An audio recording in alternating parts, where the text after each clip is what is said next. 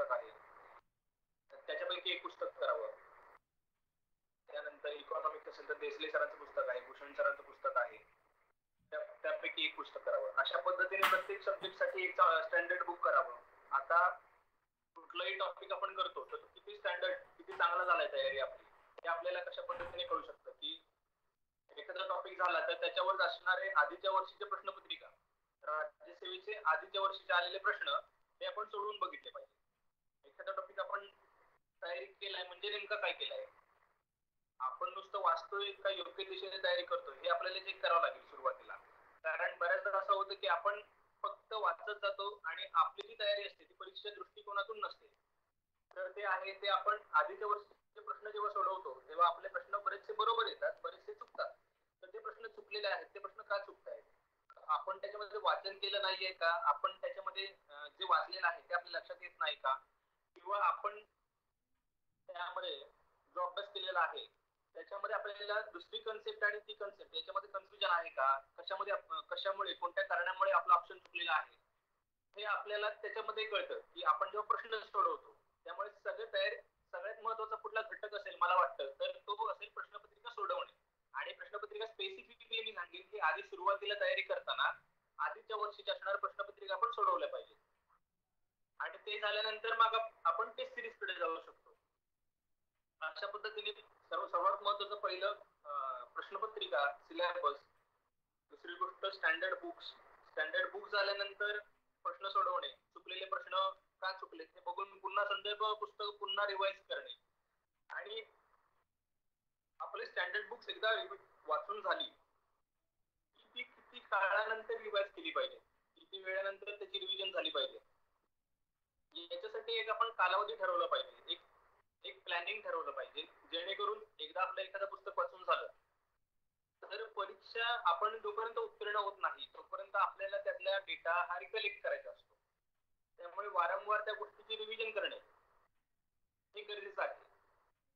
त्यासाठी एखादं पुस्तक वाचून झालं तर पुढचं पुस्तक आपण जेव्हा घेतो, पुढचा सब्जेक्ट आपण ज्यावेळी करत असतो तर त्यावेळेला पहिला सब्जेक्ट जो झालेला आहे त्याच्या रिव्हिजन साठी काही वेळ आहे तो राखीव ठेवला पाहिजे.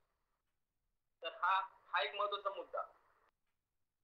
आणि परीक्षेच्या वेळेला ज्या वेळेला आपण पेपर द्यायला जातो त्यावेळेला काही महत्वाच्या गोष्टी ज्या मला वाटतात की पेपरच्या आधी कोणत्याही निगेटिव्ह लोकांची चर्चा करू नये, खाण्यासाठी सोबत थोडं काहीतरी सॉफ्ट लाईट ठेवावं, त्यानंतर पाण्याची बाटली सोबत असायला पाहिजे. परीक्षेच्या प्रिलिम असेल तर प्रिलिमच्या 2 पेपरच्या मध्ये एक कॅप असतो, त्या कॅप मध्ये देखील कोणालाही फोन करू नये. जनरली आपली फॅमिली असेल किंवा एकदम जवळची व्यक्ती असतील तर त्यांना फोन एखादा करू शकतो आपण, पण जनरली मार्कांबद्दल चर्चा करण्यासाठी किंवा आधीचा पेपर कसा होता, आताचा पेपर कसा आहे याच्याविषयी चर्चा करण्यासाठी त्यावेळी आपण फोन केला तर कदाचित असं होऊ शकतं की पहिल्या पेपरचा इम्पॅक्ट हा दुसऱ्या पेपरवर होऊ शकतो आणि आपल्या मार्कांमध्ये घट होऊ शकते. तर त्यावेळेला ठरवून या गोष्टी टाळायला हव्यात की पहिल्या पेपरच्या संदर्भातली चर्चा ही पहिला पेपर झाल्यानंतर आणि दुसऱ्या पेपरच्या आधी असणाऱ्या वेळेच्या मध्ये करणे. त्यानंतर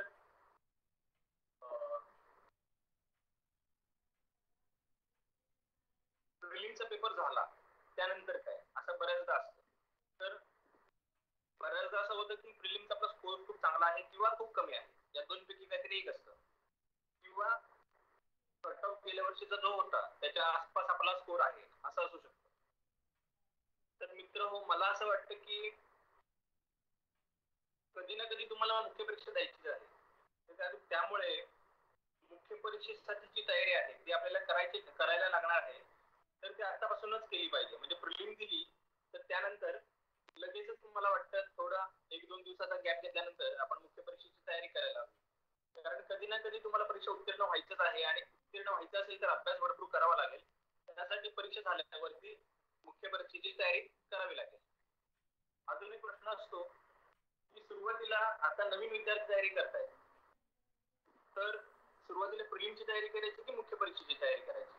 तर मला वाटतं की पूर्व परीक्षा आणि मुख्य परीक्षा याच्यामधला कॉमन असणारा जो सिलेबस आहे त्याची तयारी सुरुवात करताना करायला पाहिजे. कारण सगळ्यात जास्त जो सिलेबस आहे तो मुख्य परीक्षेचा आहे आणि जो वेल डिफाईन्ड आहे. तर सुरुवातीला आपण मुख्य परीक्षेची तयारी करायला पाहिजे आणि पूर्व परीक्षेमधले जे कॉमन टॉपिक्स मुख्य परीक्षेमध्ये आहे ते आपण सुरुवातीला करायला हवे.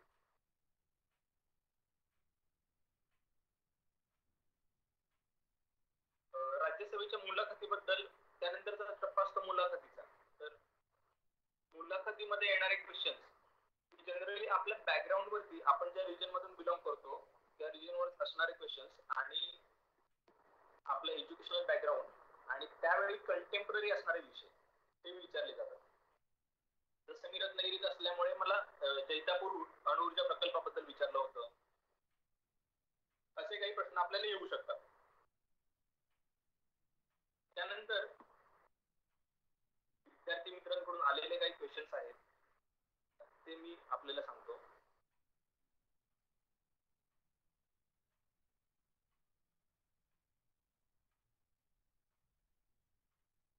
सर्वात इम्पॉर्टंट की राज्यसेवा आहे किंवा इव्हन तुम्ही युपीएससी ची तयारी करत असाल तर या गोष्टी ही परीक्षा म्हणून घ्या.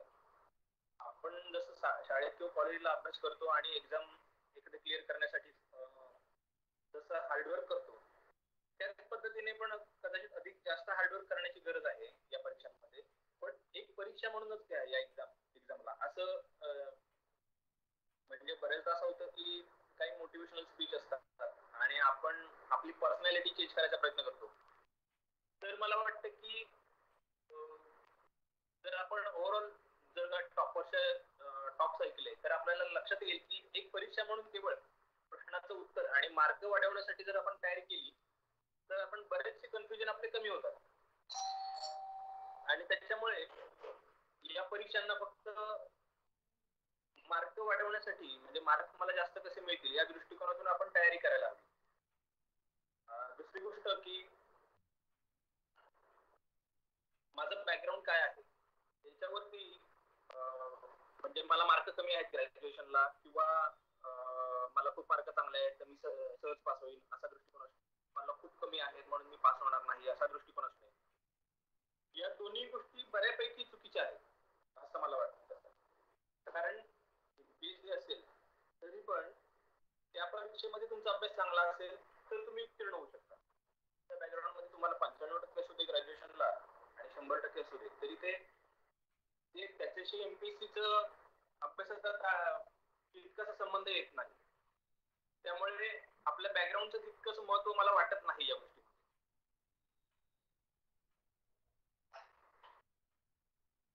आणि मी सुरुवातीलाच सांगितलं या परीक्षेची तयारी करताना एक्झाम ओरिएंटेड तयारी करायची. म्हणजे एखादा टॉपिक केलाय तर त्याच्यावर प्रश्न जे आहेत ते आपण बघितले पाहिजे.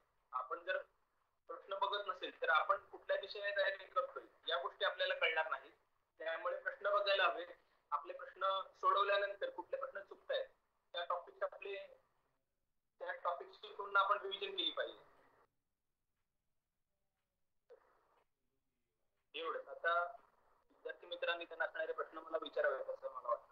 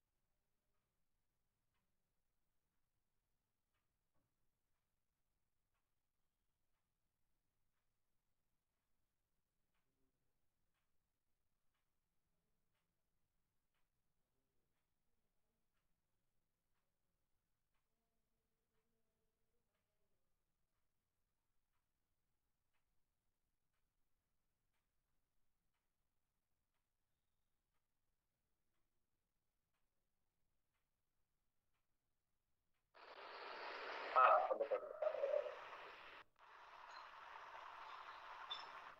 येतोय सर आवाज येतोय. आता येतोय आवाज. परत म्यूट झाला सर.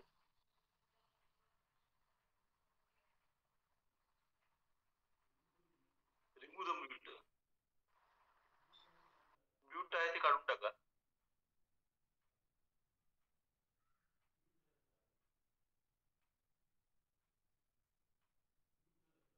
म्यूट जरा सर आपण.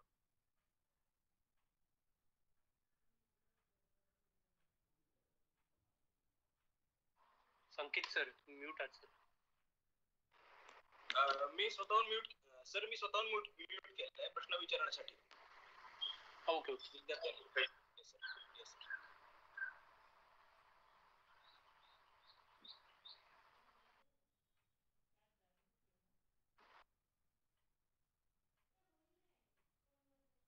Hello, sir.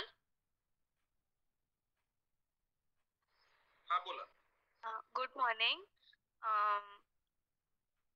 What should be the first subject I should start with? And I'm confused with the subjects.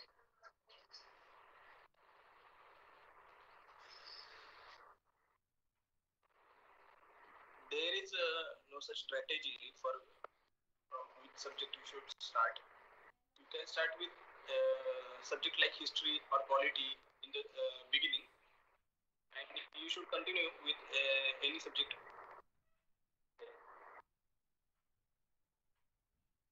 Okay, sir. Thank you. Sir sir तुमची मुख्य परीक्षेत उत्तर लिहायचे काय असं पॅटर्न होता पर्टिक्युलर किंवा असं टेक्निक काय आहे? मुख्य परीक्षेमध्ये 150 क्वेश्चन्स असतात. GS1, GS2, GS3, GS4 आणि मराठी इंग्लिश ग्रामर साठी असणारे 100 क्वेश्चन्स.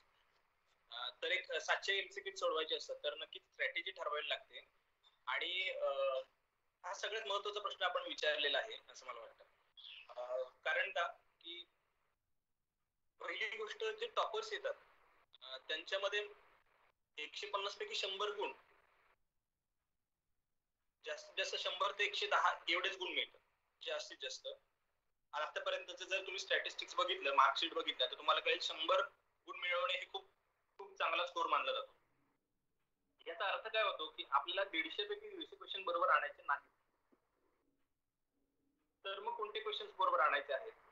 तर याचा क्वेश्चन सोडवताना आपण हे आठवायचा प्रयत्न करतो की बाबा बऱ्यापैकी याचं उत्तर काय असेल. तर आपण त्यावेळेला जेव्हा मेमरी ट्रेस करतो तर आपल्याला ते उत्तर त्यावेळेला कमी वेळ असल्यामुळे आठवण्याचे चान्सेस कमी असतात. त्याच्याऐवजी मी मेथड अशी वापरली की चुकीचे क्वेश्चन जे आहेत, चुकीचे ऑप्शन्स जे आहेत ते एलिमिनेट करायचे. आणि चुकीचे ऑप्शन एलिमिनेट केले की आपल्याकडे जवळपास 2-3 ऑप्शन एलिमिनेट झाले की आपण गेस वर्क करू शकतो आणि आपला आन्सर जे आहे ते आपण मार्क करू शकतो. तर एलिमिनेशन टेक्निक मी वापरलेलं आहे मुख्य परीक्षेमध्ये. आणि दुसरी गोष्ट की एक ऍव्हरेज असतं. मी जसं म्हटलं 90 ते 100 मार्क तुम्हाला मिळाले पाहिजे जीएस मध्ये. तर त्या ऍव्हरेज मध्ये आपण राहायला पाहिजे जीएस मध्ये. तर जे असे बरेचसे क्वेश्चन असतात की जे कोणालाच येणार नाही, त्याचे 3-4 क्वेश्चन आपण सोडू शकतो. पण जे क्वेश्चन स्टँडर्ड बुक मधून येत आहेत आणि जे जवळपास सगळ्यांचेच बरोबर येणार आहेत ते तुमचे चुकायला नको, ते पण आपल्या डोक्यात ठेवायला पाहिजे आपण.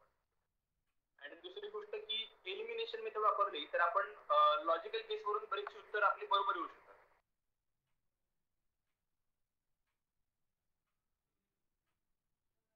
समजलं? Thank you. Yes sir, thank you sir. Yes.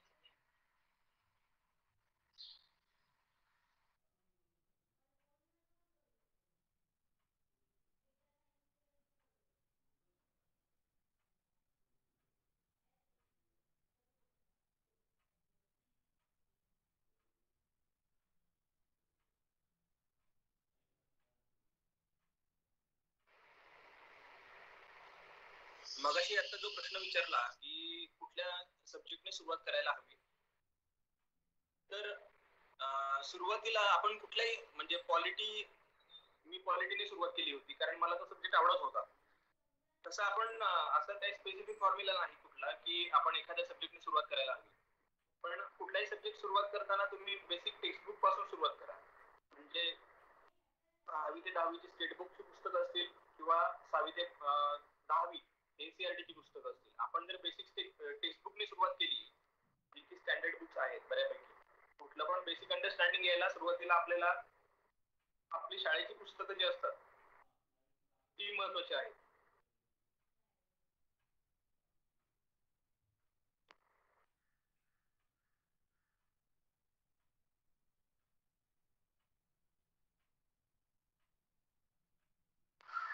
Sir optional बद्दल तुमचं काय सजेशन आहे का? असं तुमचं ऑप्शनल कुठलं होतं किंवा कम्पॅरिझन सजेशन म्हणजे सर म्हणजे तुमचं ऑप्शनल कुठलं होतं? ऑप्शनल तुमचं कुठलं होतं किंवा युपीएससी मध्ये पण कुठलं ऑप्शनल घ्यावं असं? नाही Interested कुठलाच नाही. घ्यावा तर पहिली गोष्ट तुम्ही हे बघा की याच्या आधी कुठल्या ऑप्शनल मध्ये मार्क चांगले येतात. दुसरी गोष्ट कुठला ऑप्शनल तुम्ही असा आहे की तुम्हाला त्याच्यासाठी संदर्भ साहित्य व्यवस्थित उपलब्ध आहे. संदर्भ साहित्य आणि त्याच्यापेक्षा महत्वाची गोष्ट तुम्हाला तो ऑप्शनल आवडतोय वाचायला. या तीन गोष्टी तुम्ही बघा. त्यातले काही क्वेश्चन्स तुम्ही लिहून बघा. तुम्हाला लिहिण्यासाठी चांगलं जमत असेल तर तो ऑप्शनल तुम्ही सिलेक्ट करू शकता. याच्या संदर्भात मला वाटतं भूषण सर जास्त चांगलं सांगू शकतील कारण ऑप्शनल बद्दल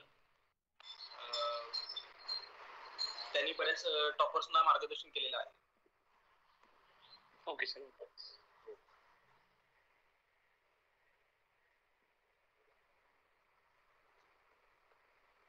सर ग्रुप डिस्कशनचा फायदा होतो का?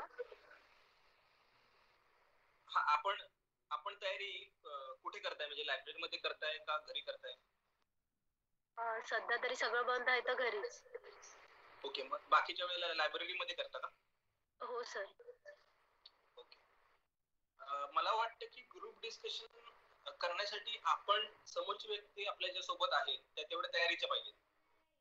ओके. तर बऱ्याचदा असं होऊ शकतं की ग्रुप डिस्कशन मध्ये आपल्याला असे प्रश्न देखील विचारले जाऊ शकतात की जे अभ्यासाशी रिलेव्हंट नाहीये. म्हणजे मी तयारी करताना मला असा एक्सपिरियन्स आला की group discussion does not help. Okay.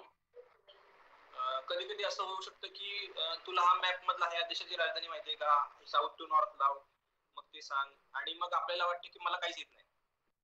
मग आपला कॉन्फिडन्स कमी होऊ शकतो. असं एक होऊ शकतं. दुसरी गोष्ट अशी पण होऊ शकते की एखादा हुशार विद्यार्थी आहे आणि ज्याने मेन्स दिली आहे किंवा याच्या आधी इंटरव्ह्यू दिला आहे आणि असा मित्र आपल्याला भेटला आणि आपण त्याच्यासोबत ग्रुप डिस्कशन करतो तर त्याच्या बोलण्यामधून आपल्याला फायदा पण होऊ शकतो. पण अशा वेळेला तुम्ही हे डिसाईड करा की ग्रुप डिस्कशन मध्ये आपण ज्यांच्या बरोबर इन्व्हॉल्व्ह होतोय त्या व्यक्ती म्हणजे त्यांचं अभ्यास कितपत आहे त्या दृष्टिकोनातून तुम्ही ग्रुप डिस्कशन करायचं की नाही हे ठरवा.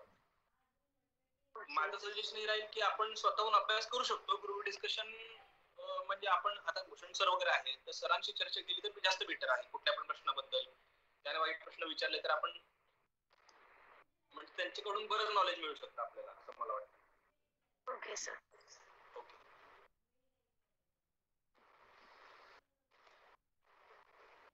Hello sir.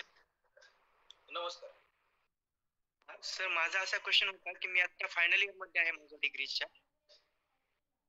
तर स्टार्ट करताना मी इकॉनॉमिक्स सुरू केले सध्या 1 महिना झाले. तर माझा असा प्रश्न आहे की फक्त इकॉनॉमिक्स वरच कॉन्सन्ट्रेट करून त्यासोबत अजून एक सब्जेक्ट घ्यायला हवा. तुमचा आवाज येत नाहीये क्लिअर. सर माझा असा प्रश्न होता की मी इकॉनॉमिक्स एकच विषय कंटिन्यू करू सध्या का अजून एक विषय सोबत घेऊ? मी सुरुवातीला एकदम सुरुवातीला हीच गोष्ट सांगितली की तुम्ही एखादा सब्जेक्ट पूर्ण केला समजा असं तुम्हाला वाटतंय ना की इकॉनॉमिक्स झालाय पूर्ण तुमचा? नाही सर मी स्टार्ट केलंय आता 1-2 महिन्याखाली. एका वेळेला तुम्ही एकच सब्जेक्ट पूर्ण करा. Okay sir. एका वेळेला एकच सब्जेक्ट पूर्ण करा. सोबत वाटलं तर पेपर वाचन करा तुम्ही. लक्षात आलं? एक सब्जेक्ट पूर्ण झाला की त्याच्यावरती प्रश्न सोडवा आधीच्या वर्षीच्या आलेल्या प्रश्नपत्रिकांमधून आणि मग तुम्ही एखादा सब्जेक्ट तुम्हाला परफेक्ट झाला असं वाटलं की दुसरा सब्जेक्ट करा. दुसरा सब्जेक्ट करताना पहिल्या सब्जेक्टच्या रिव्हिजनला वेळ द्या. ओके सर ठीक आहे. थँक्यू. सब्जेक्ट अर्धवट करून तुम्ही नवीन सब्जेक्ट कराल तर तुमचं काहीच एक ना दीड बारा चिंध्य असं होईल. ओके सर ठीक. Thank you sir.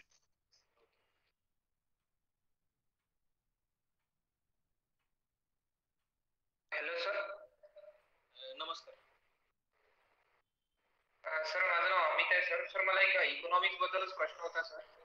तर इकॉनॉमिक्स मध्ये सर कधी कधी सर मागचे आकडे विचारते सर 2009-10 चे किंवा त्याच्या अगोदर ते आकडेवारी सध्या आपल्याला तर माहिती नसते ना. आपलं करंटची आकडेवारी माहित असते. ते आताची जीडीपी काय आहे एकूण 18-19 9-10 जीडीपी आपल्याला माहित नसते सर. सर्व्हिस सेक्टर कॉन्ट्रीब्युशन काय जीडीपी होती ते माहित नसते सर. तर असे क्वेश्चन कसे टॅकल करायचे? मी सुरुवातीला झाला प्रश्न? हो सर. मी सुरुवातीला आता मागाशी एक गोष्ट सांगितली की 150 मार्कापैकी 150 मार्क काय आपल्याला मिळणार नसतात आणि जे पाडायचे पण नसतात. लक्षात आलं? तर हा प्रश्न असा असतात की जे काही फॅक्ट असतात, आता जर का 9 वर्ष आधीचे 10 वर्ष आधीचा असा फॅक्ट विचारला की जो कुठल्याही पुस्तकात नाहीये, तर तो बऱ्यापैकी चान्स आहे की तो म्हणजे 95% मुलांना तो क्वेश्चनच येणार नाहीये किंवा जास्त, अजून जास्त. लक्षात आलं? तर जनरली अशा वेळेला आपण तो क्वेश्चन स्किप करतो. जेव्हा तुम्ही एक्झाम द्याल तेव्हा तुम्हाला कळेल की असा क्वेश्चन आपल्याला स्किप करावा लागतो. ह्या प्रश्नासाठी तुम्ही बाकीच्या ह्या प्रश्नासाठी तुम्ही बर्डन माइंडवर घेऊ नाही शकत तुमच्या. लक्षात येते? सर म्हणजे ते आपल्याला काय होतं की असा प्रश्न जर असेल तर आपण की मला काय काय सर कधी कधी काय होते सर, असे प्रश्न नेहमी येते का बा असं अशा प्रश्नामुळे आपलं कट ऑफ बाहेर जाईल का असं?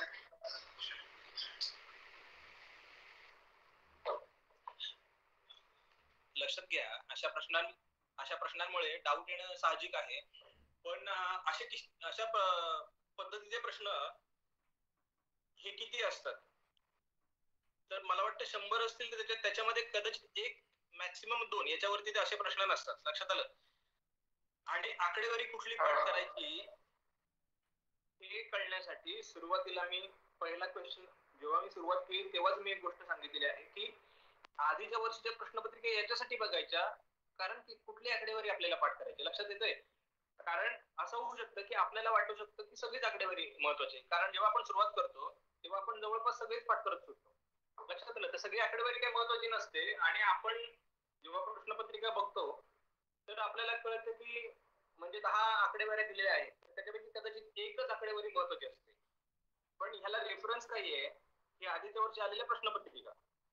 पण आता तुम्ही म्हणताय की 10 वर्ष आधीचा एखादा प्रश्न आलाय, पण तुम्ही त्याचा अनालिसिस व्यवस्थित करायला हवा. तुम्ही त्याचा अनालिसिस व्यवस्थित केलेला दिसत नाही. कारण जेव्हा मी तयारी केलेली आहे तर मला असं कुठे दिसलं नाही की असं म्हणजे कुठली पण आकडेवारी एमपीसीने विचारली आहे असं मला दिसलेलं नाहीये. त्याने विचारलेले प्रश्न हे ठराविक टॉपिकशी रिलेटेड आणि एका साच्यामध्ये असणार असं मला वाटतं. दुसरी गोष्ट 150 प्रश्नांपैकी 2 ते 3 क्वेश्चन्स हे असे असतात की जे कोणालाच येत नसतात. त्यामुळे त्या प्रश्नांसाठी आपण आपला मौलिक वेळ जो आहे तो खर्च करणं चुकीचं आहे असं मला वाटतं. त्याच्याऐवजी आपण जो स्टँडर्ड बुक क्वालिटी आहे, इकॉनॉमी आहे त्याची आपण रिव्हिजन करू शकतो. हा काय म्हणाले? Okay, thank you sir. तुम्हाला प्रश्नाचं उत्तर मिळालंय का तुमच्या? हो सर मिळालं. ओके. सर असं कधी कधी म्हणजे आणि सर ते थ्रू आउट द प्रोसेस मध्ये मोटिवेटेड आता कधी कधी अप अँड डाऊन येतात सर. तर पूर्ण प्रोसेसचा एक तर लांब प्रोसेस आहे सर 1 वर्षाची. तर through out the process motivated कसं राहतं? हे बघा, मी एक सिंपल सांगतो. जर तुम्ही पास नाही झालात तर कोणतरी पास होणार आहे, बरोबर आहे ना? हो सर. तुम्ही जर पास झाला नाही तर एक्झाम थांबणार आहे का? नाही सर. नाही ना. मग तुम्हाला पास व्हायचं की नाही हे तुम्ही ठरवा. हे बघा, याच्यामध्ये मोटिवेशन जे आहे ते प्रत्येक जण वेगवेगळ्या अँगलने सांगू शकतो. लक्षात आलं? प्रत्येकाच्या मोटिवेशन वेगळं असू शकतं. तर तुमच्या आयुष्यामध्ये तुम्हाला जे चांगलं करायचं आहे किंवा तुमच्या फॅमिली आई वडिलांच्या साठी जे तुम्हाला चांगलं करायचं आहे किंवा तुम्हाला समाजामध्ये जे चांगलं करायचंय अशा गोष्टी तुमचं मोटिवेशन असू शकतात कठीण वेळेला. पण तुम्ही स्वतःसाठी ही गोष्ट करताय, स्वतःची गोष्ट डिसाईड केली आहे, तर कुठेच म्हणजे शंका मनात ठेवू नका आणि 100% एफर्ट करा तुम्ही. असं जे आपण म्हणतो की अप डाऊन येतात तर ते काही ऍबनॉर्मल नाहीये. लक्षात आलं? हे तुम्हाला जसं वाटतं तसं तयारीच्या काळात मला देखील वाटत होतं. म्हणजे कोणाला असं वाटायची गरज नाही की बाबा टॉपर आहे तर त्यांना कधी अप डाऊन आले नाहीत किंवा मोटिवेशनचा प्रॉब्लेम नाही. आपण असं होतच की आपण कधी फेल झालो तर आपल्याला वाटतं की आपण होईल की नाही सिलेक्शन. तर त्यावेळेला आपण स्वतःमध्ये बिलीफ ठेवून आपल्या तयारीमध्ये काय चुकतंय, परीक्षेच्या दृष्टिकोनातून मला मार्क वाढवण्यासाठी माझी तयारीमध्ये काय कमी पडते त्याच्यावर मी फोकस केला पाहिजे. आता 2 गोष्टी. कधी कधी असं होतं की आपण जास्त विचार करत बसतो. तर तुम्ही जास्त विचार करताय त्याच्याऐवजी तुमच्या कृतीवर म्हणजे अभ्यासावर तुम्ही फोकस करायला हवा असं मला वाटतं. कारण असं बऱ्याच वेळा होतं की आपला अभ्यास आहे तो आपण हा विचार करत बसतो की रिझल्ट लागल्यावर माझं काय होईल, माझं म्हणजे मला काय मिळेल. लक्षात येते म्हणजे हे अनप्रोडक्टिव्ह थॉट्स आहेत. तयारीच्या वेळी मी मगाशी म्हटलं तसं फक्त आपण परीक्षार्थी म्हणूनच अभ्यास केला पाहिजे. ठीक आहे. थँक्यू. आणि ज्यावेळेला आपल्याला मोटिवेशन असं वाटेल की आपलं डाऊन होतंय तर आपण युट्यूब वगैरे बरेच व्हिडिओ आहेत आपण बघू शकतो. ते जो स्टॉक आहे किंवा आपण बरेच व्हिडिओज आहेत, मोटिवेशनल कोट्स आहेत ते आपण बघू शकतो. आपण चांगलं पुस्तक वाचू शकतो. बाबासाहेब आंबेडकरांचं आपण सर ते सर अजून एक मला प्रश्न होता सर. सर ते रायटिंग सेक्शनचं प्रॅक्टिस कशी करायची सर? रायटिंग सेक्शन साठी मराठी इंग्लिश रायटिंग म्हणते ना? हा सर, मराठी इंग्लिश. मुख्य परीक्षेमध्ये हा 100 गुणांचा पेपर आहे. तर त्याच्यामध्ये असणारे क्वेश्चनचे जे टाइप्स आहेत ते ठराविक आहेत. तर ते तुम्हाला कसे कळतील? आधीच्या वर्षीच्या प्रश्नपत्रिका बघा तुम्ही, 2020 ची बघा, 19 ची बघा, आणि या प्रश्नपत्रिका बघितल्यावर तुम्ही ते सोडवायचा प्रयत्न करा. लक्षात आलं? आणि त्यावेळी तुम्हाला लक्षात येईल की एखादा रेफरन्स बुक रीड करताना एसे लिहायचा असेल तर त्याच्यामधला कुठला डेटा महत्वाचा आहे. कारण ज्यावेळी तुम्ही आधीच्या वर्षीच्या प्रश्नपत्रिका बघाल तर तुम्हाला कळेल की त्यातले एखादं आर्टिकल आहे न्यूजपेपर मधलं, शेतीबद्दल आलेलं आर्टिकल असेल किंवा आर्थिक वाढीबद्दल, आर्थिक विकासाबद्दल आलेलं आर्टिकल असेल तर त्याच्यामधला कुठला मुद्दा उचलला पाहिजे. त्यामुळे सर्वात इम्पॉर्टंट आहे की तुम्ही आधीच्या वर्षीच्या प्रश्नपत्रिका बघितल्या पाहिजेत. त्या तुम्ही बघितल्यात तर तुम्हाला कळेल की कुठल्या पुस्तकामधला कुठला मुद्दा वाचला पाहिजे. लक्षात येते? हो सर. Thank you sir. ठीक आहे. सर नमस्कार. सर माझं ग्रॅज्युएशन झालंय. 2-3 वर्ष प्रायव्हेट मध्ये काम करून आणि कोरोनामध्ये काढून टाकल्यामुळे म्हणजे त्याच्यानंतर मग इथे गव्हर्नमेंट एक्झाम करण्याचा डिसिजन घेतलाय. तर मग करते, क्लास पण लावलाय, कंबाईन एक्झामच देते. पण तरी पण असं वाटतं की म्हणजे प्लॅन बी असायलाच हवा. फुल टाइम प्रिपरेशन करते. तर तो एक म्हणजे कधी कधी असं वाटतं की अरे आपल्यापेक्षा लहान मुलं जे आहेत किंवा आपल्यापेक्षा कमी वयाचं त्यांचं कम्युनिकेशन स्किल चांगलं आहे किंवा ते हुशार आहेत. तर तो एक न्यूनगंड पण आहे. आणि खरंच की प्लॅन बी चा विचार कधी करायचा? फर्स्ट अटेम्प्ट नंतर मार्क्स बघून किंवा मग कसं काय असं? तुम्ही आतापर्यंत किती अटेम्प्ट दिले? आतापर्यंत नाही दिला. आता जो येईल ना तो पहिला असेल. सर्वात इम्पॉर्टंट, एखादी गोष्ट करताना 100% त्या गोष्टीवरती तुमची श्रद्धा असायला पाहिजे. तुम्ही आता जे करताय त्या गोष्टीमध्ये तुम्ही 100% द्या. हा जो डाऊट आहे, न्यूनगंड वगैरे आहे, या गोष्टी म्हणजे तुम्ही विचारच करू नका की या गोष्टी एक्झिस्ट करतात. तुम्ही आता फक्त एवढाच विचार करा की पुढच्या वर्षीची एक्झाम मी देणार आहे आणि मी त्याच्यामध्ये 100% देऊन मी पोस्ट काढणार आहे. आणि तुम्ही असा विचार केला तर तुम्हाला कॉन्फिडन्स येईल, तुम्हाला स्वतःवर बिलीफ येईल आणि तुमचा अभ्यास पण खूप चांगला होईल. कसं आहे, दुसऱ्याला लहान मुलांचं कम्युनिकेशन स्किल चांगला आहे पण एमपीएससी मध्ये याचा कसा रिलेव्हन्स लागेल? म्हणजे तुम्ही, मला प्रश्न नाही कळला तो. म्हणजे मला असं म्हणायचंय की कधी कधी असं होतं की आपण आपला मुद्दा म्हणजे मी स्वतः तो एवढ्या स्पष्टपणे मला मांडता येत नाही जेवढं आपल्यापेक्षा कमी वयाने असणारी मुलं सांगतात. कम्युनिकेशन स्किल आता ह्याच्याबद्दल मी सांगतो तुम्हाला. एकदा जरा भूषण सरांशी आपण बोला, माझं कम्युनिकेशन स्किल किती खराब होतं सिलेक्ट व्हायच्या आधी. ओके. म्हणजे डाऊट यायचं काही कारण नाहीये. लक्षात येतंय का मी काय म्हणतोय? आपण आपला अभ्यास केला. अभ्यास कम्युनिकेशन स्किल म्हणजे काय आहे की तुम्ही एखादी गोष्ट किती चांगल्या प्रकारे तयारी केली. तुम्ही जेवढी चांगली तयारी करणार तेवढे स्पष्टपणे तुम्ही सांगू शकता ती गोष्ट. बरोबर आहे. तर तयारीवर फोकस करा तुम्ही. आपल्यामध्ये कमी आहे ही गोष्ट चांगली आहे ना, कारण त्याच्यामुळेच तर आपल्याला आपण मोटिवेटेड राहू शकतो की आपण जास्त बेटर करायचंय, अजून आपल्याला मला अजून जास्त इम्प्रूव्ह करायचंय. याच्यासारखी चांगली गोष्ट कुठली आहे का? आपल्यामध्ये जे कमी आहे ते चांगलं आहे की आपल्याला इम्प्रूव्ह करायला स्कोप आहे, हे लक्षात ठेवायला पाहिजे. हो सर. आणि दुसरी गोष्ट, मनामध्ये कुठलाच डाऊट न ठेवता 1 वर्ष पूर्ण प्रिपरेशन करताना पूर्ण फोकसने मी म्हटलं तसं पुस्तकं वाचायची स्टँडर्ड, त्याच्यावरचे प्रश्न सोडवायचे आधीच्या वर्षीचे आलेले, चुकलेले प्रश्न का चुकलेत बघायचे, पुन्हा रिव्हिजन करायचे, रिव्हिजन साठी एक ठराविक वेळ द्यायचा. असे करत करत तुमचं एक्झाम ओरिएंटेड प्रिपरेशन चालू ठेवा आणि मग तुम्हाला कॉन्फिडन्स तुमचा वाढत जाईल. आणि तुमचा कॉन्फिडन्स जेव्हा वाढेल ना, तेव्हा तुमच्या डोक्यात एक क्वेश्चन्स नाही येणार. आता तुमचा जो अभ्यास चाललाय, तुम्हाला असं वाटत असेल की माझा अभ्यास आहे याच्यातून मला पोस्ट मिळेल का, हा डाऊट आपला काय येतो, कारण आपण प्रश्न सोडवत नाही. त्याच्यामुळे आपल्याला हे कळत नाही की आपण वाचतोय पण आपण एक्झामला अपेक्षित आहे त्या दृष्टिकोनातूनच वाचतोय का. ओके. लक्षात आहे, प्रश्न सोडवायला पाहिजे. प्रश्न सोडवाय तुम्ही जोपर्यंत प्रश्न सोडवणार नाही तोपर्यंत माझ्यासारखे किती पण सेमिनार्स अजून होऊ देत आणि अजून किती पण लोकांचं, हे स्पेसिफिकली तुमच्यासाठी नाहीये, हे सगळ्यांसाठीच आहे की तुम्ही किती जणांचा गायडन्स घेतलात तरी जोपर्यंत तुम्ही संदर्भ पुस्तकांचा अभ्यास हा एमपीसीच्या आधीच्या वर्षीच्या प्रश्नांच्या अनुषंगाने करत नाही तोपर्यंत तुम्ही केलेले कितीही वाचन हे फुकट आहे. तुम्ही एमपीसी स्टँडर्ड बुक्स आहेत, ही पुस्तकं एमपीसीच्या आधीच्या वर्षीच्या आलेल्या प्रश्नांच्या अनुषंगानेच अभ्यासली पाहिजे, तर त्याचं ते परीक्षेमध्ये येणाऱ्या गुणांमध्ये रूपांतर होईल. हो सर. ठीक आहे, अजून थँक्यू सर. ओके.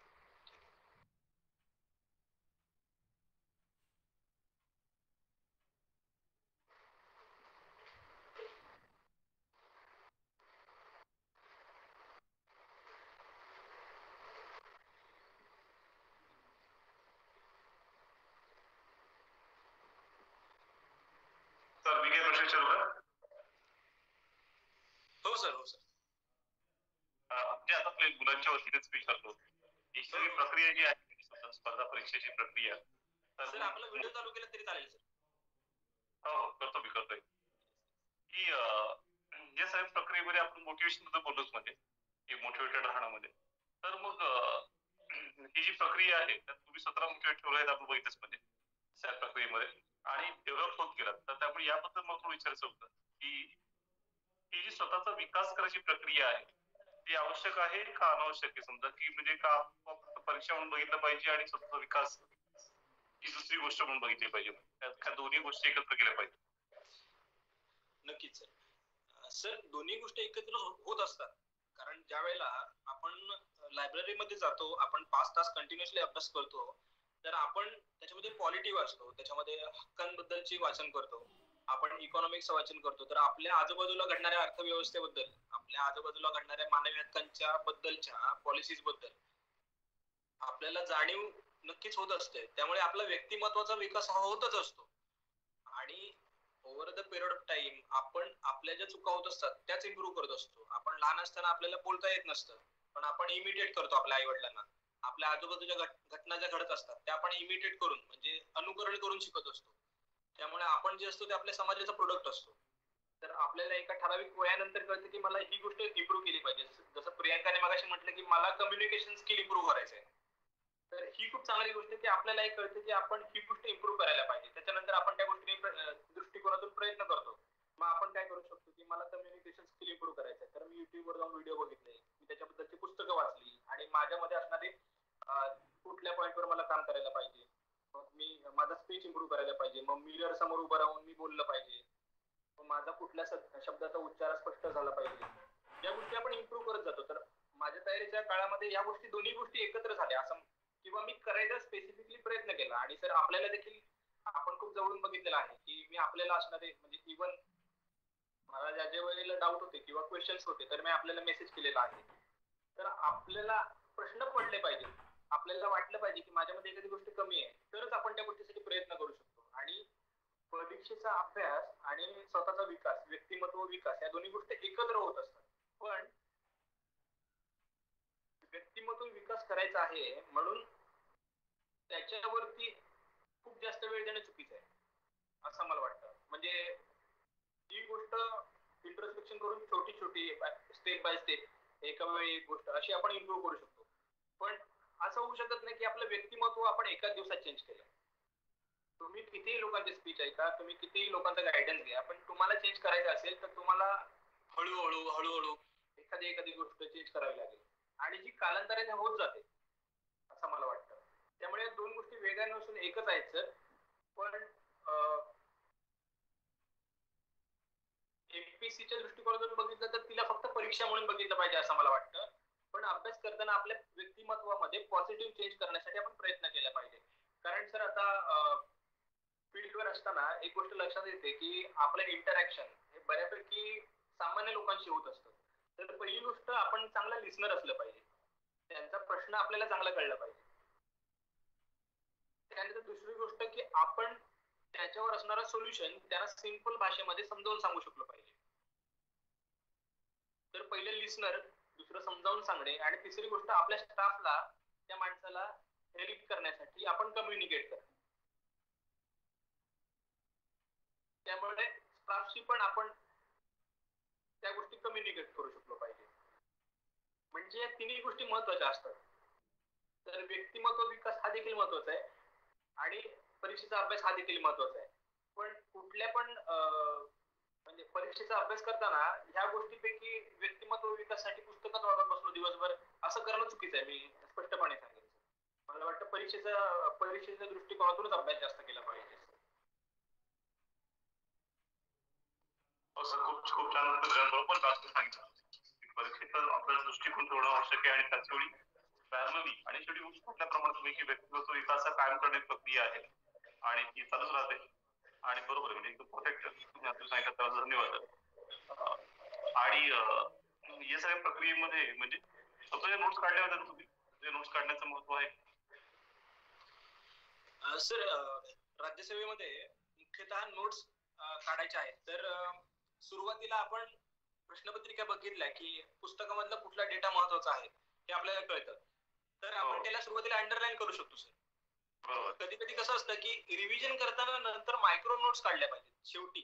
जेव्हा आपण एक्झामला 2 महिने 2.5 महिने राहिले शेवटी, तर पूर्वपरीक्षा झाली आहे, 2 महिने 2.5 महिने अभ्यास केला आणि मग शेवटचे 2 महिने राहिले एक्झामच्या आधी, तर त्यावेळेला आपण मायक्रो नोट्स काढू शकतो सर. कारण पेपरच्या आधी आपल्याला रिवाइज करण्यासाठी सोपं पडतं ते. पण नोट्स काढण्यामध्ये खूप जास्त वेळ जातो आणि सुरुवातीच्या टप्प्यामध्ये जेव्हा आपण नोट्स काढत असतो तर आपण सगळंच नोट्स काढतो. म्हणजे जर पुस्तक आहे तर आपण सगळंच नोट्स काढू शकतो. तर त्यावेळेला म्हणजे नोट्स काढणे प्रामुख्याने टाळायला पाहिजे असं मला वाटतं. ज्या वेळेला आपल्याला पूर्ण अंदाज येतो की कुठल्या गोष्टी महत्वाच्या आहेत तर त्यावेळेला आपण नोट्स काढू शकतो. दुसरी गोष्ट सर मी हे सांगू शकतो की मी स्वतः कधी नोट्स काढलेले नाहीत. अच्छा. मी पुस्तकावरती बाजूलाच लिहून ठेवलेले आहेत किंवा अंडरलाईन केलेलं आहे. बरोबर. शेवटी प्रत्येकाची म्हणजे काम शैली जी आहे विकसित करावं लागते. म्हणजे तुम्ही कोणाला फॉलो केलं होतं का? कोणाचं म्हणजे समजा एक विशिष्ट आदर्श विशिष्ट पद्धती समोर ठेवून का स्वतःची शैली स्वतः करत नाही म्हणजे अभ्यासाची? सर फॉलो करायचा प्रयत्न केला पण जमलं नाही कधी. अच्छा. मग स्वतःची जी मेथड होती सर तीच वापरली सर आणि ती इव्हॉल्व होत गेली सर तयारी करताना. ओके. उदाहरणार्थ सर मी 1-2 स्पीच मध्ये ऐकलं होतं की सकाळी 3ला उठायचो, 3:30ला उठायचो. पण ते ट्राय केलं सुरुवातीला आठवडाभर झालं पण नंतर काही झालं नाही माझ्याने. बरोबर. मग मी नॉर्मल जे होतं शेड्यूल तेच फॉलो केलं. बरोबर. अभ्यास करण्याची एक वेगळी पद्धती असते आणि आपल्या पद्धतीमध्ये चांगल्या गोष्टी कुठल्या आहेत ह्या आपल्याला खूप चांगल्या पद्धतीने माहिती पाहिजे. आणि आपले जे विकनेस आहेत त्याच्याबद्दल आपण गायडन्स घेऊ शकतो पण आपण स्वतःला पूर्ण चेंज नाही करू शकत. हे पण आपण तेवढेच ठळकपणे मी सांगेन सर. पूर्ण चेंज करण्याची गरज देखील नसते. ठराविक गोष्टी चेंज करायची गरज असते आणि प्रत्येक माणूस वेगळा आहे आणि त्याने त्याचं व्यक्ती चित्र जे आहे म्हणजे व्यक्तिमत्व आहे ते स्पेशल बनवलं पाहिजे. तो त्याच्या जागेवर योग्यच असतो बऱ्यापैकी किंवा त्याने दुसऱ्यासारख्या बनण्याचा प्रयत्न जास्त केला तर आपण कदाचित स्वतःला हरवून बसू शकतो. बरोबर आहे. विनाकारण सगळ्या गोष्टी फॉलो करण्याची गरज नाही. जर आपल्याला एखादी गोष्ट उदाहरणार्थ एखादा स्पीच आपण ऐकला ज्याच्यामध्ये काय की एखादी गोष्ट मेमराईज कशी करायची मेमरी टेक्निक्स बद्दल सांगितलंय तर आपण त्या माणसाची ती गोष्ट फॉलो करू शकतो. पण कदाचित आपण त्या माणसाच्या पर्सनल लाईफ बद्दल आपल्याला काही माहित नसतं तर त्याच्यामधल्या काही गोष्टी फॉलो नाही करू शकत. बरोबर असं होऊ शकतं. नाही छान उत्तर. बरोबर. आणि म्हणजे खूप महत्वाचं म्हणजे माहिती सांगितली की शेवटी स्वतःची शैली उभी करणं महत्वाचं आहे आणि एक लिमिट नंतर म्हणजे बाकीचं ऐकलं ठीक आहे पण फॉलो करताना मात्र विचार करून फॉलो करावं. लागेल. म्हणजे आपल्याला काय सुटेबल आहे, बरोबर ना? काय सुटेबल आहे ते बघून त्यानुसार फॉर्म्युला ठरवलं बरं स्वतःमध्ये. येस बरोबर. म्हणजे पूर्णच म्हणजे अभ्यासाची शैलीपासून तर सगळं राज्यसेवेच्या तयारीमध्ये आता हे बरेचसे विद्यार्थ्यांनी आता जे प्रश्न विचारले याच्यामध्ये काही गोष्टी कॉमन आल्या. बरोबर आहे. राज्यसेवा किंवा युपीएससी इव्हन युपीएससी ह्या मी आपल्याशी बोलताना देखील मागे फोनवर म्हटलं होतं की ह्या परीक्षा म्हणूनच ट्रीट करा, असं ट्रीट करू नका की अदर वर्डले आहेत, बरोबर म्हणजे वेगळं काहीतरी आहे. परीक्षा बरोबर. म्हणून ट्रीट करा. आपण शाळेमध्ये बरेचसे मार्ग मिळवतो पाठांतर करून, तसं जी आपण परीक्षा आहे फक्त याच्यामध्ये जास्त अभ्यास असल्यामुळे जास्त रिव्हिजन लागते. बरोबर आहे. त्याला फक्त एक्झाम म्हणून ट्रीट करा. दुसरी गोष्ट की सिलेक्शन झालेल्या विद्यार्थ्यांचे सर आज आपण युट्यूबवर जर बघितले तर बरेच गायडन्स व्हिडिओ आहेत. बरोबर आहे. पण याच्यामध्ये काय चूक होऊ शकते, तयारीच्या सुरुवातीला आपण व्हिडिओ बघितले, बरोबर आहे. एक 5-6 जणांचे व्हिडिओ बघितले, तर आपण स्वतःची स्ट्रॅटेजी ठरवली, बरोबर पण त्यानंतर वारंवार माझं 2 दिवस अभ्यास झाला आणि मी पुन्हा स्ट्रॅटेजी बघितली, ही चूक आहे. बरोबर एखादी गोष्ट आपण 7-10 दिवस करत नाही तोपर्यंत ती सवय आपल्याला लागत नाही, आणि तोपर्यंत Exactly. आपल्याला सवय लागत नाही तोपर्यंत त्याचे बेनिफिट्स आणि म्हणजे त्याच्यामध्ये असणारे फायदे तोटे आपल्याला कळत नसतात. एक्झॅक्टली. त्यामुळे सुरुवातीला एखादी गोष्ट टॉपरची स्ट्रॅटेजी आपण केली आणि ती फॉलो करा, म्हणजे त्याच्यामधल्या काही गोष्टी आपल्याला आवडल्या आणि त्या गोष्टी आपण फॉलो करायचा प्रयत्न केला समजा, तर आपण एक गोष्ट करताना एका वेळी ती गोष्ट 10 दिवस केली पाहिजे. बरोबर त्यानंतर आपल्याला वाटलं या स्ट्रॅटेजी मध्ये ही गोष्ट मला जमत नाही किंवा ही गोष्ट माझ्या एक्झामच्या दृष्टिकोनातून मला चेंज केली पाहिजे, तर आपण ती चेंज केली पाहिजे. जास्त लोकांचं गायडन्स घेणे हे पण चुकीचं आहे, हे पण मी सांगेन. म्हणजे बऱ्याचशा वेळेला सर आपण जर व्हिडिओ बघितले की 10 जणांचे व्हिडिओ समजा आपण बघितले युट्यूबवर, तर आपल्याला लक्षात येतं की बऱ्याचशा गोष्टी कॉमन असतात प्रॉपरच्या स्ट्रॅटेजीमध्ये. पुस्तकं कॉमन असतात, अभ्यास करायची पद्धती, रिव्हिजन बऱ्यापैकी जवळपास सगळेच सांगतात की रिव्हिजन करा, क्वेश्चन सोडवा, पण बऱ्याचदा परीक्षार्थी काय करतात या गोष्टी फॉलोच करत नाही.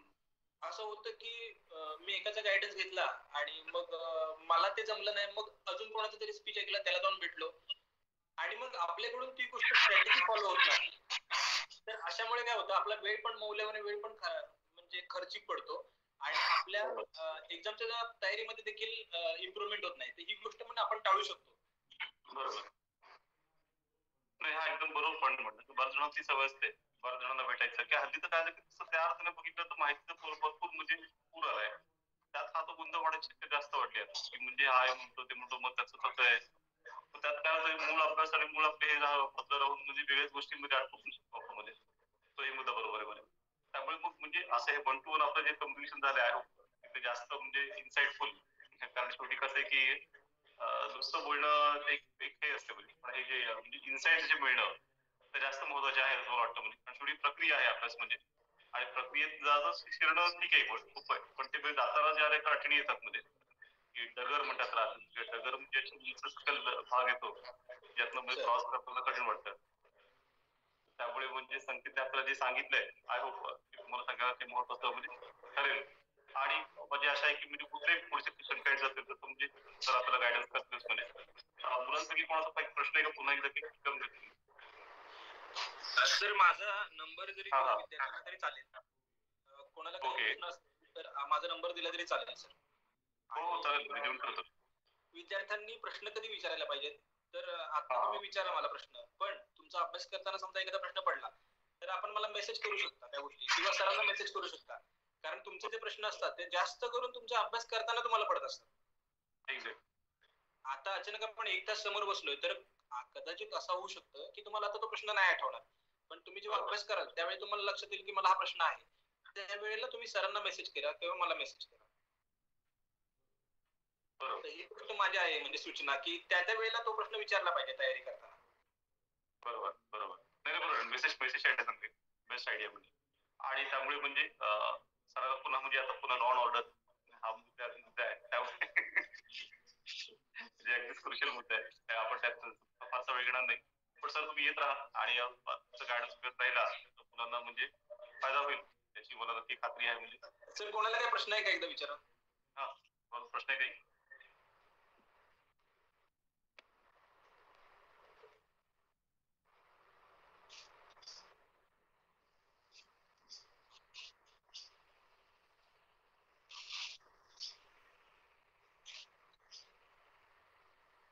Hello sir. हा जॉग्राफी मध्ये काही इम्पॉर्टंट आहे का, म्हणजे जे आपण केलंच पाहिजे? जॉग्राफीचे जे प्रश्न असतात ते मॅपिंग इम्पॉर्टंट आहे जास्त. मॅपिंग आणि दुसरी गोष्ट, जर आपण आधीच्या वर्षीच्या प्रश्नपत्रिका बघितल्या तर आपल्याला लक्षात येते की फिजिकल जॉग्राफी जे आहे, प्राकृतिक भूगोल, ते जास्त इम्पॉर्टंट आहे. आणि आपण जेव्हा आधीच्या वर्षीचे प्रश्न बघितले तर आपल्याला लक्षात येतं की फिजिकल जॉग्राफी आणि पर्यावरण रिलेटेड क्वेश्चन हल्ली वाढलेले आहेत प्रश्नपत्रिकांमध्ये, ते महत्वाचं आहे. Okay sir.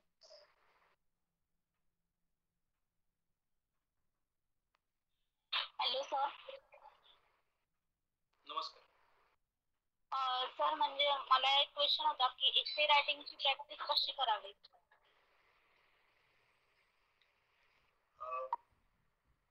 आधीच्या वर्षीच्या प्रश्नपत्रिका घ्या राज्यसेवेच्या, आणि कुठलाही टॉपिक घ्या, त्याच्यावरती तुम्हाला एखादा विषय, आपण जसं एखाद्या माणसाला समजावून सांगतो की हा टॉपिक असा आहे, तर तो टॉपिक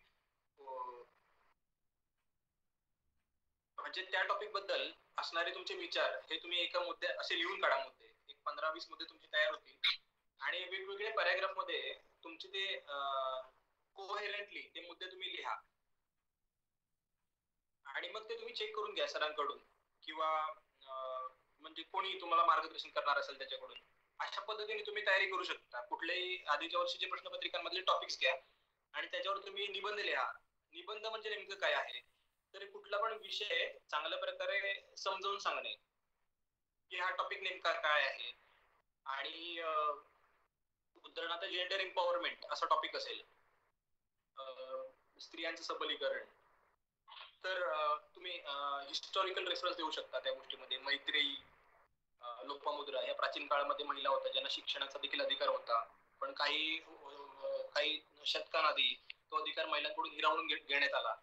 ही इथून तुम्ही सुरुवात करू शकता. तुमचं आताची सध्याची पॉलिटिकल स्थिती, एज्युकेशनल स्थिती, आर्थिक स्थिती, लेबर फोर्स मध्ये असणारं पार्टिसिपेशन, या गोष्टींचे मुद्दे तुम्ही लिहू शकता.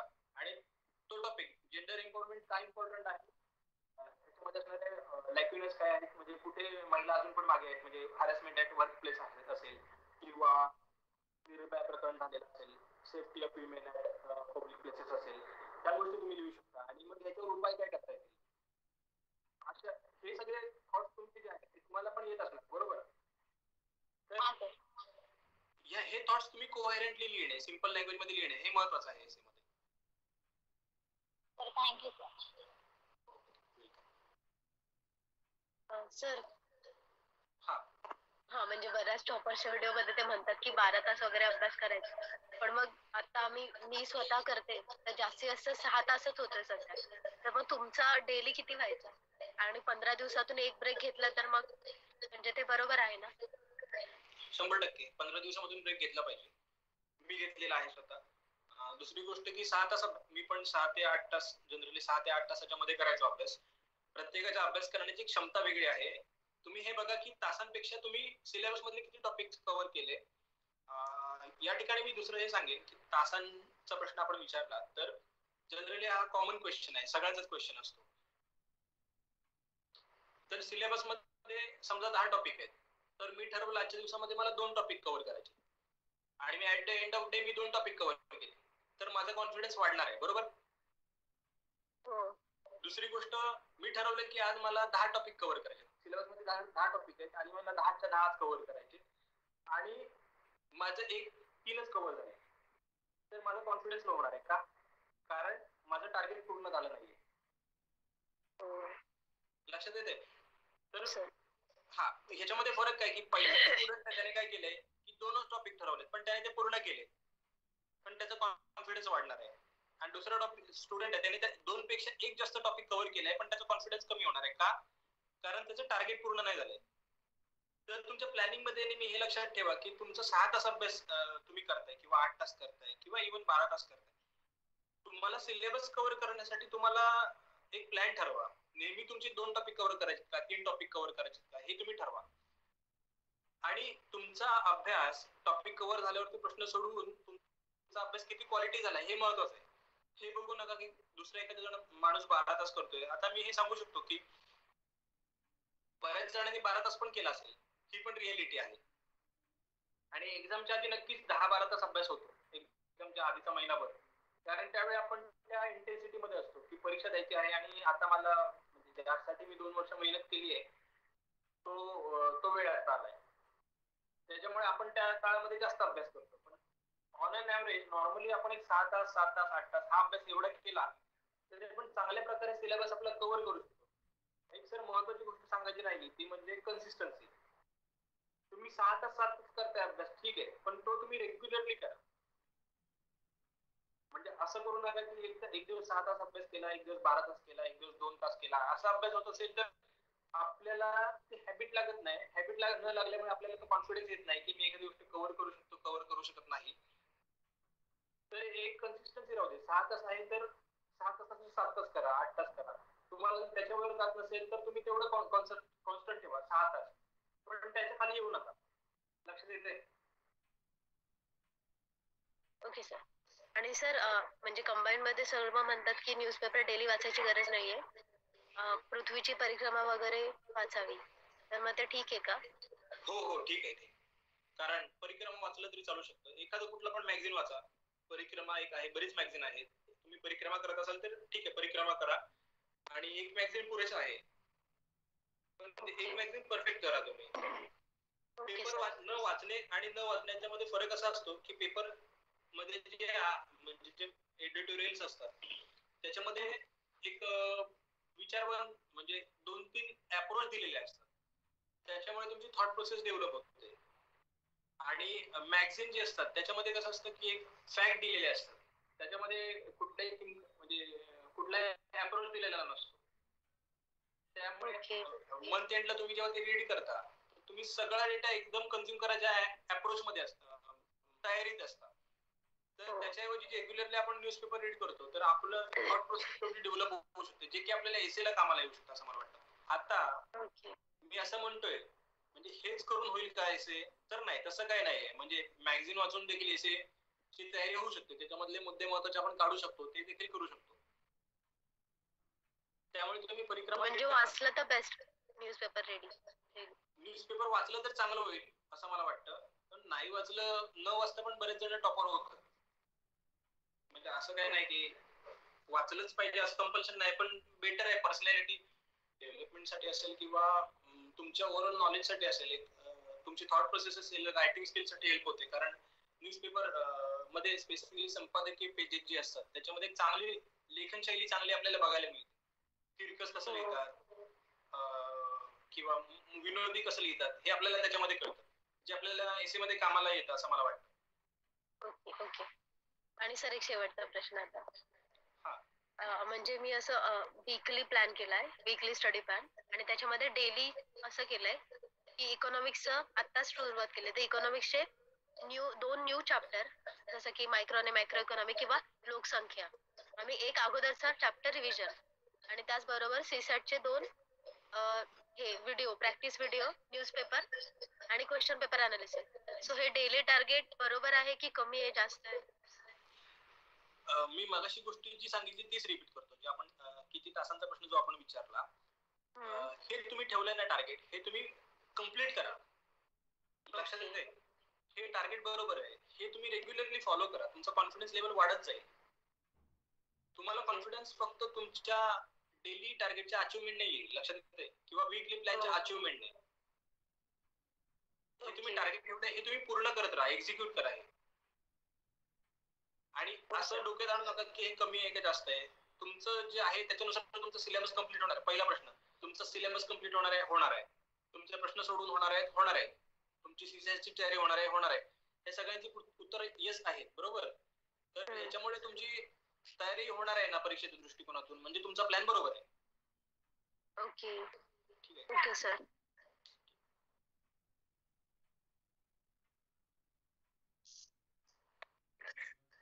मुलांच्या म्हणजे बारीक शंका सुद्धा सरांना आणि त्यात खास आवाज बनतो म्हणजे. आणि खूप म्हणजे चांगलं सांगितलं की म्हणजे शेवटी टार्गेट प्रत्येकाला आपलं ठरवून ते पूर्ण करणं, म्हणजे पूर्ण करण्याचं महत्व खूप सांगितलं. आता खूप मोठे टार्गेट ठेवले आणि पूर्ण नाही करता येत असतील तर मग असंही कॉन्फिडन्स कमी होतो आणि त्याचा अभ्यासावर परिणाम होतोच म्हणजे. तर मग तर हे मी सांगितलं याचं कारण असं की मी जे तयारी करत होतो तर मला पण असं वाटायचं की 12 तास अभ्यास करतात. मी पण प्रयत्न केला. अच्छा. पण प्रत्येकाची क्षमता वेगळी असते. बरोबर. माझा 6 ते 8 तासाचा अभ्यास व्हायचा, मी तेवढाच करायचो. बरोबर. पण एक प्लॅन ठरवला होता की म्हणजे मला माहिती आहे मी दिवसामध्ये माझं रीडिंग स्पीड पण जास्त नाही समजा. बरोबर. आहे माझं रीडिंग स्पीड जास्त नसते. बरोबर. तर मग ते ठरवलं की मला किती जमणार आहे. तर मला 2-3 टॉपिक जमतील. पण मी 2-3 ठरवले ना, मी 100% पूर्ण करणार आहे. बरोबर. बरोबर. आपण हळूहळू 1-2 दिवसानंतर 3 दिवसानंतर आपल्याला कळतं की आपला कॉन्फिडन्स आपल्या कन्सिस्टन्सीमुळे असतो. consistent efforts in right direction. Correct. योग्य दिशेने केलेले सातत्याने केलेले प्रयत्न हे यशाचं गमक आहे असं मला वाटतं. बरोबर. बरोबर. बरोबर. ठीक आहे म्हणजे आजच्या ह्याच्यात आपल्याला दिशा मिळाली आहे. आता मुलांचा भाग म्हणजे त्यांना कन्सिस्टन्सी एफर्ट टाकला पाहिजे कारण दिशा देण्याचं काम तर छान केलंय म्हणजे बरोबर सांगितलंय की काय काय आवश्यक आहे.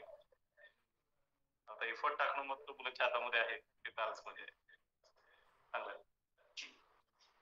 तर मग म्हणजे सरांना जायचं असेल तर जास्त वेळ घेणार नाही आणि आभार आणि मी येत राहाल आणि आपल्याला तुम्ही मुलांना जास्तीत जास्त फायदा करून द्याल अशी आशा म्हणजे. Yes, sir. Good day to all of you and sir also. जय हिंद. जय. थँक्यू सो जय. Much sir. Thank you sir.